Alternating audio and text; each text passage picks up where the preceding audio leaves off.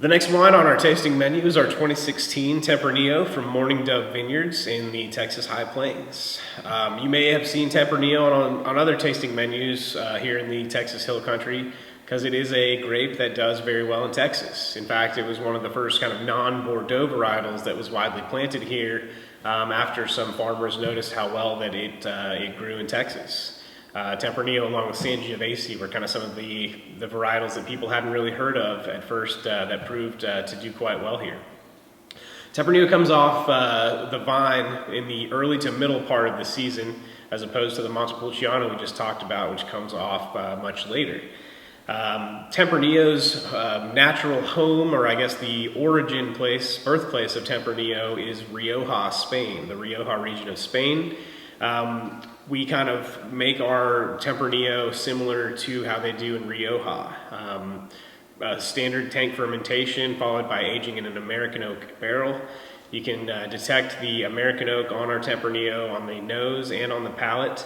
You'll notice if you give it a swirl and a sniff that you get kind of some buttery, oaky, leathery tobacco characteristics which extend to the palate as well.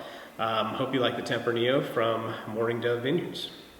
As Mike mentioned, very classic Rioja style Tempranillo here, guys. This is our most heavily oaked wine, and it's very much prevalent within the overall aromas and flavors of this wine. I would say that of all the wines that we make, this is the one that those of you out there who are looking for those kind of toasty, spice, pepper, leather, earthy kind of qualities, they absolutely hit home in this 2016 version of our Tempranillo. All kinds of like Rioja, you know, my mind always takes me to Rioja when I'm drinking this wine. So anything from, you know, cheese and charcuterie boards, this wine is perfect for that. It's got good solid tannin, good solid acid that are going to cut through any of those fatty meats and cheeses, all the way to your tapas. You know, this is a red wine that could pair well with some of the heartier seafoods, and then all the way down to your night. Honestly, this could be very easily could be a steakhouse red wine for you guys as well.